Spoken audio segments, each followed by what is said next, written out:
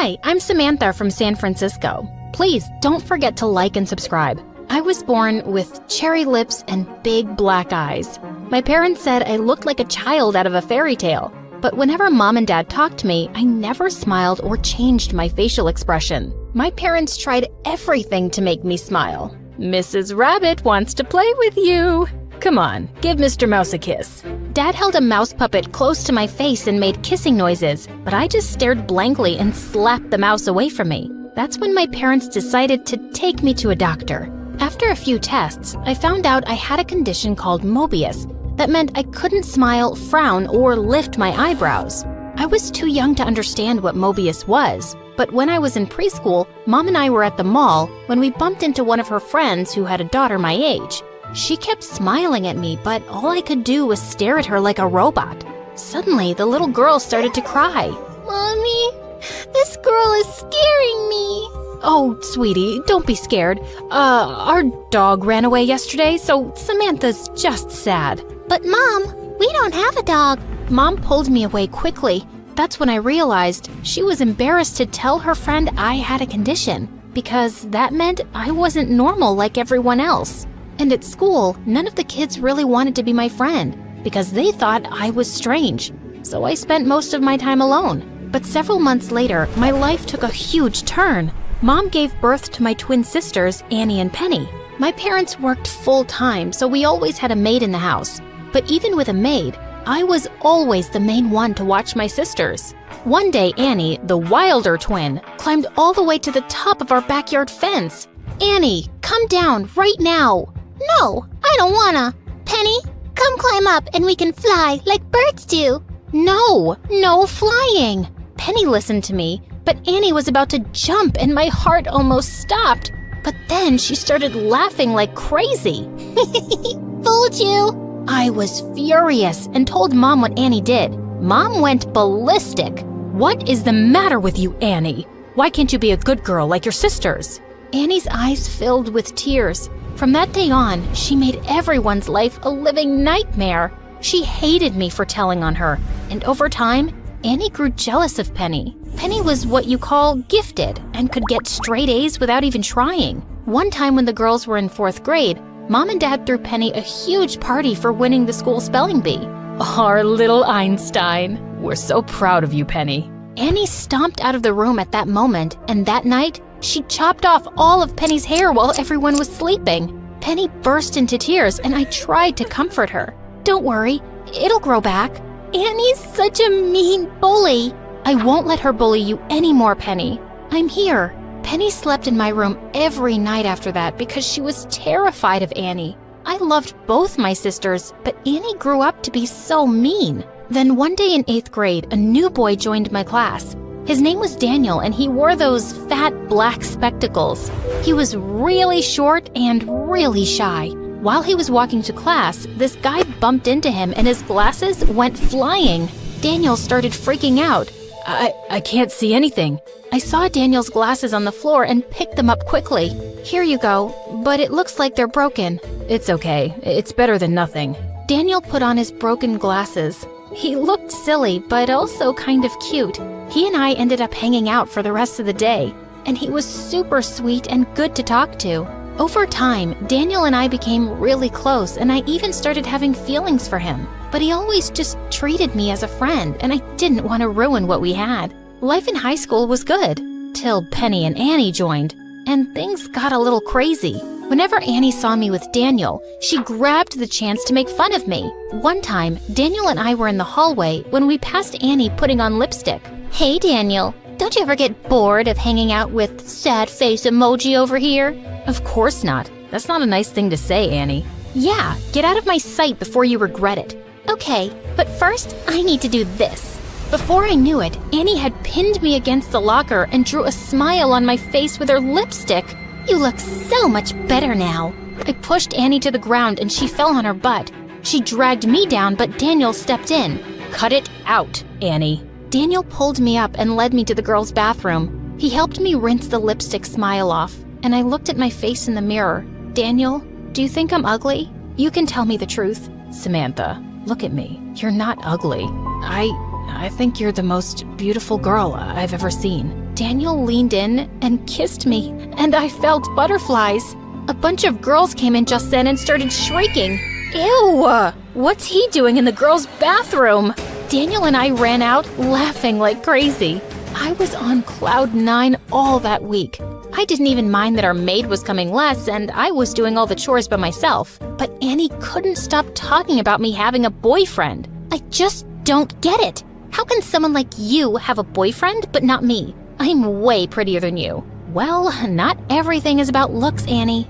As time passed, Penny started dating a popular jock at school. Her grades were still perfect, and she got much more popular than Annie. Penny's life and mine were getting better and better, but Annie didn't have anything going for her. One morning, I woke up to find everybody at home, including my parents, which was rare. And Penny was super sick. Her face looked super bloated, and she had red bumps all over her arms and legs. My parents left me at home with Annie while they took Penny to the doctor. Annie was surprisingly well behaved and even stayed in to do homework. I decided it was safe to go out and see Daniel for a bit. But as I reached home, my parents and Penny had also just returned. Guys, what's going on? Penny, what did the doctor say was wrong? I have an autoimmune problem. Apparently, every time I get an allergic reaction, this is what'll happen. Penny hung her head and I walked back into the house with her. My parents left for work then, but just as we stepped inside, Penny looked at her phone and started to cry. Oh my God, just look what Annie posted. To my horror, Annie had posted a picture of Penny with her red skin bumps and bloated face on Instagram. Underneath, the caption read, "Even pretty girls have ugly secrets." Just then, Annie came trotting down the stairs all dressed up. Annie, you're a monster. How could you do something like this? I couldn't help myself. It was just too funny. Penny looked totally Instagram-worthy.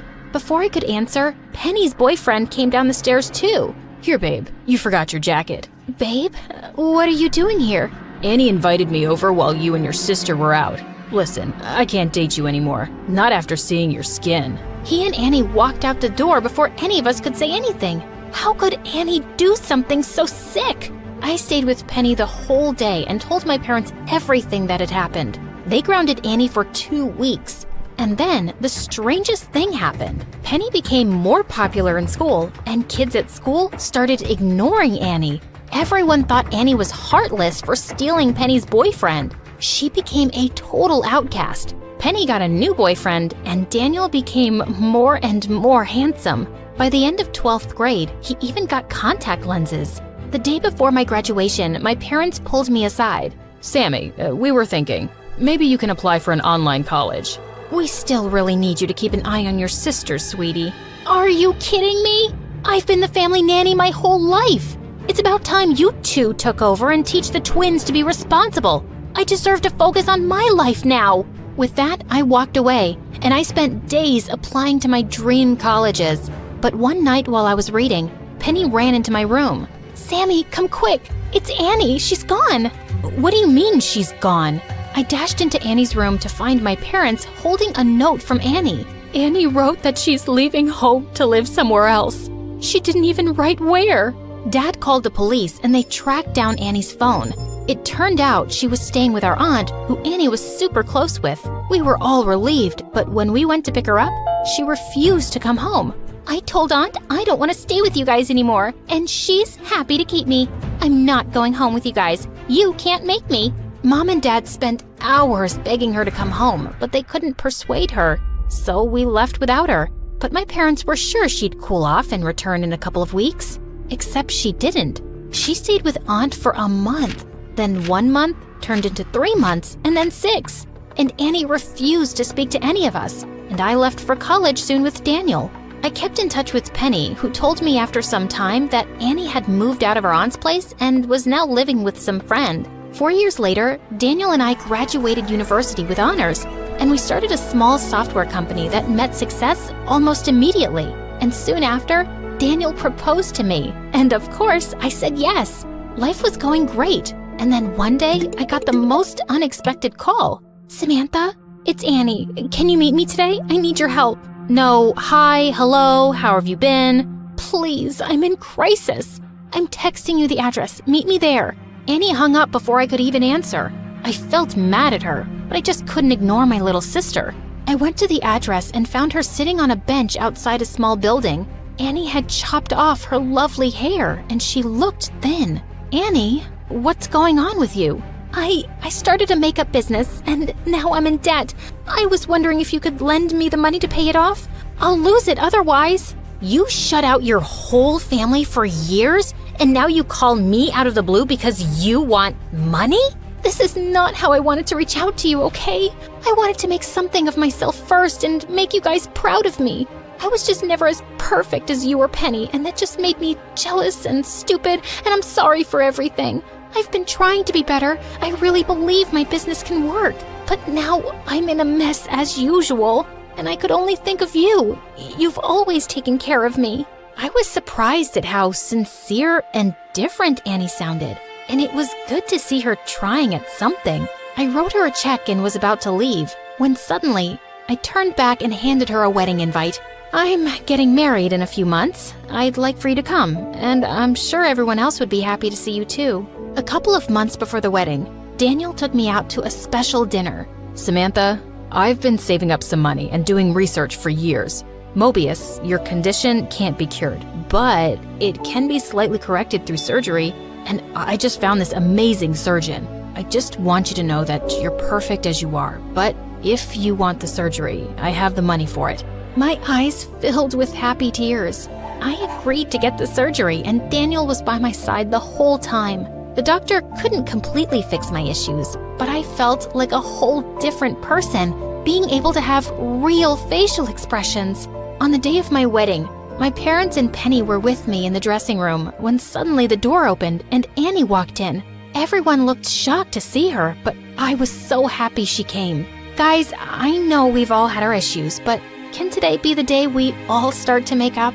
My parents hugged Annie and we all cried, and even Penny joined in. Then my parents turned to me. Samantha, we're so happy for you and so grateful to you. We know we always put too much responsibility on you and it wasn't fair. We want you to know that we really appreciate you, love. And hearing those words from them meant everything. My sisters walked me down the aisle and I could hear people smiling and whispering that I looked amazing. Daniel beamed at me as he took my hand. You have the loveliest smile, Sammy.